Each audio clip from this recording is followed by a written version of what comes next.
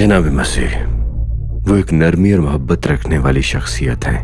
بچوں سے پیار کرتے ہیں، جیسے پرانے زمانے میں عبادت گاہوں میں گائے جانے والے گیتوں میں کہا جاتا ہے، ایک دن میں خدا نے زمین آسمان بنائے.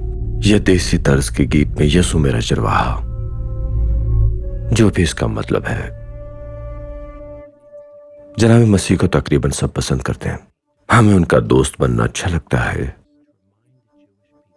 پر خدا تعالیٰ کے ساتھ دوست بننا یہ سننے میں کچھ زیادہ گہرا لگتا ہے.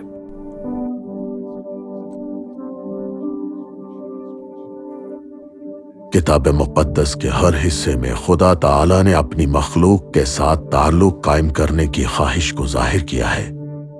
حضرت ابراہیم اور میں، ہم دونوں وہ شخصیات ہیں جنہیں کتاب مقدس میں خدا کے دوست کے طور پر یاد کیا جاتا ہے.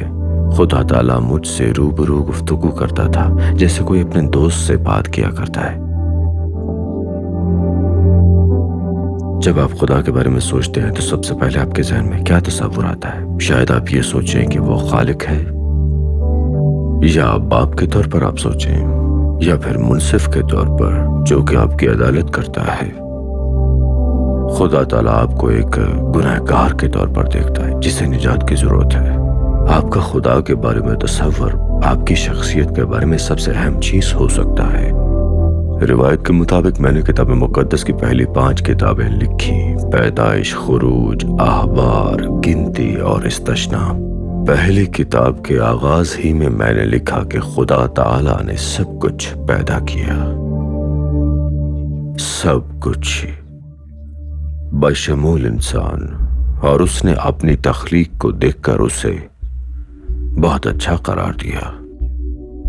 انسانیت سمیت انسان باقی تمام مخلوقات سے اس لیے مختلف ہے کہ خدا تعالیٰ نے انسان کو اپنی صورت پر بنایا اور اس میں زندگی کی سانس پھونکی.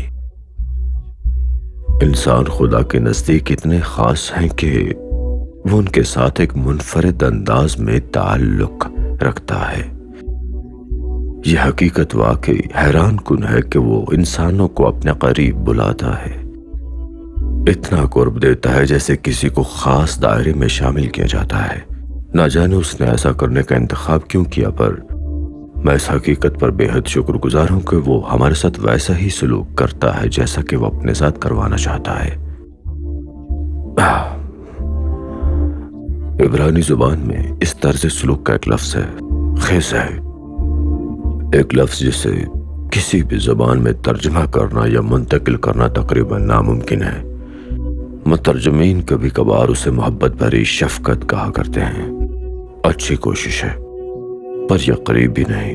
میں یہ نہیں کہہ رہا کہ مترجمین نے عبرانی لفظ کا ترجمہ بالکل غلط کیا ہے، پر یہ ایسے ہے جیسے آپ ان لوگوں کو انفراریڈ یا الٹرا وائلٹ روشنی سمجھانے کی کوشش کریں جو صرف عام روشنی دیکھ سکتے ہوں. یہ لفظ انسانی فہم کی حد سے باہر ہے، لہذا کتاب مقدس کے مختلف تراجم میں اس کے لیے کئی طرح کے الفاظ اور جملوں کے مجموعے استعمال کیے گئے تاکہ اس کا مطلب سمجھا جائے. یہ فعال اور فراغ دل محبت ہے، اور کبھی نہ تھمنے والی، بہت فعال، بے پایاں، حقیقی، معیاری، کارآمد، بہت گہری اور مسلسل محبت ہے یہ. اور یہ ہر ایک چیز کا نقطہ آغاز ہے. آپ کے لیے خدا تعالیٰ نے آپ کو بنایا کیونکہ وہ چاہتا تھا. اس نے تمہیں نہایت منفرد، حیرت انگیز اور خاص اس لیے تخلیق کیا کہ تم اس کے فرزند بن سکو اور اس کے دوست بھی. جب کتاب مقدس پیدائش سے لے کر مکاشفہ تک آگے بڑھتی ہے تو خدا تعالیٰ رفتہ رفتہ اپنی ذات کے مزید پہلو ظاہر کرتا ہے. آپ اس کے ناموں سے اندازہ لگا سکتے ہیں. خدا تعالیٰ ایک لامحدود روحانی ہستی ہے، تو اسے الفاظ میں پوری طرح بیان کرنا بالکل ناممکن ہے. تاہم کتاب مقدس میں چند الفاظ ہیں جو اس کی صفات کو ظاہر کرتے ہیں: قادر مطلق، معاف کرنے والا، غصے میں دیر کرنے والا، خالص محبت، خالص نور، فضل کرنے والا، رحم دل، عادل اور ایک پیار کرنے والا باپ. جب آپ خدا کے بارے سوچیں تو یاد رکھیں یہ وہ پہلو ہیں جن پر وہ خود اپنی باتوں میں زور دیتا ہے۔ یہی باتیں انبیاء کرام بھی اس کے بارے میں بیان کرتے ہیں۔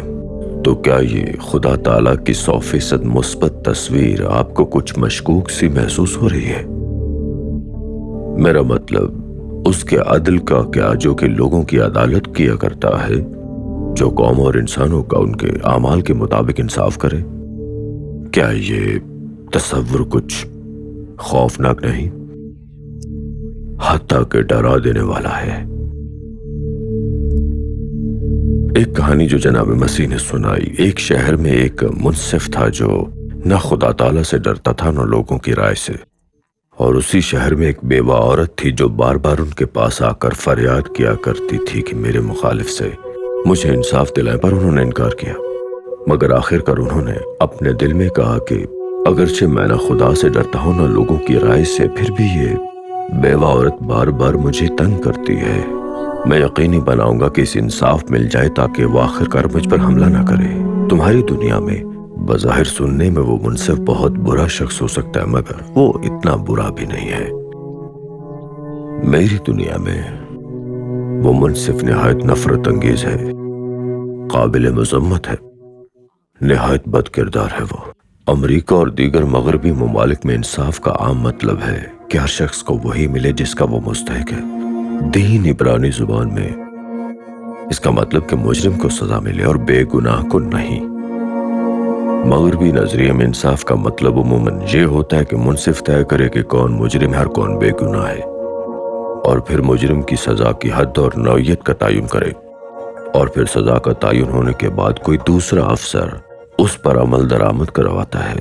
پر جناب مسیح کے زمانے میں ایک منصف کا بنیادی کام سزا دینا نہیں بلکہ بحالی کرنا تھا۔ چیزوں کو ان کی اصل حالت میں واپس لانا اور نظام کو بحال کرنا۔ اصل مقصد یہ نہ تھا کہ سزا کیسے دی جائے، بلکہ بحالی کا عمل تھا، یہ جاننا کہ معاملات کو کس طرح درست ترتیب میں لا کر صحیح کیا جائے تاکہ نظام بحال ہو۔ اور پھر وہ منصف بحالی کے عمل کا ایک فعال حصہ بھی ہوتا تھا۔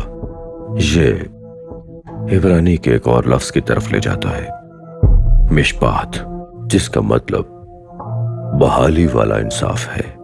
مشپات کا بنیادی مقصد فریق اور خطا کار دونوں کی بحالی ہے، یعنی اس کے دو پہلو ہیں۔ جناب مسیح کی تمثیل میں منصف کو بدکار کہا گیا کیونکہ وہ معاملات کو درست نہیں کرتا۔ اسے چاہیے تھا کہ اس بیوہ عورت یعنی مظلوم کو بحال کرے، اس کی اصل حالت میں بلکہ اس سے بھی بہتر حالت میں، اور اگر ممکن ہو تو بیوہ اور اس کے مخالف یا مجرم کے درمیان تعلق کو بھی بحال کروائے۔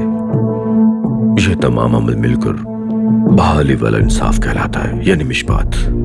یہ بحالی جو کہ بیوہ کے لیے بھی اچھی ہے اور اس کے مخالف کے لیے بھی، اور سب سے بڑھ کر برادری کے امن کے لیے نہایت اہم ہے۔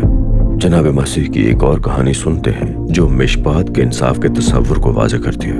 جناب مسیح گھر میں اپنے شاگردوں چند مذہبی رہنماؤں کو تعلیم دے رہے تھے کہ اچانک انہوں نے اوپر سے کچھ کھرچنے کی آواز سنی، جیسے چھت سے مٹی کے ٹکڑے گر رہے ہوں چھت سے۔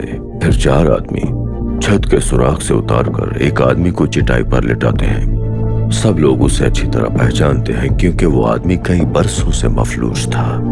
جناب مسیح صورتحال کا جائزہ لیتے ہیں اور معاملات درست کرنے کا فیصلہ کرتے ہیں۔ جناب مسیح نے مشپات فراہم کیا، یعنی بحالی والا انصاف۔ انہوں نے مفلوج آدمی کے گناہوں کو معاف کیا اور اسے مکمل شفا بخشی، اور اسے اپنے گھر جانے کو کہا کہ وہ اپنے خاندان سے دوبارہ جڑے۔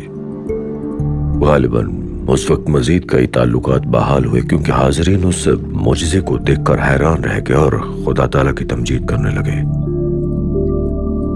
خدا تعالیٰ عادل ہیں۔ کتاب استثنا باب 32 آیت 4 میں لکھا ہے کہ اس کی سنتیں کامل ہیں کیونکہ اس کی سب راہیں انصاف کی ہیں۔ وہ عادل ہیں لیکن اس کا مقصد بحالی والا انصاف فراہم کرنا ہے، یعنی مشپات۔ افسوس کہ کچھ نیک نیت لوگوں نے بھی خدا کے بارے میں غلط تاثر پھیلایا، شاید کسی مجلس، کسی واعظ یا کارٹون نما پرچے کے ذریعے لوگوں کو خدا تعالیٰ کی طرف راغب کرنے کی کوشش میں انہوں نے ایسے طریقے اور الفاظ استعمال کیے جو خدا تعالیٰ نے خود کبھی نہیں کیے۔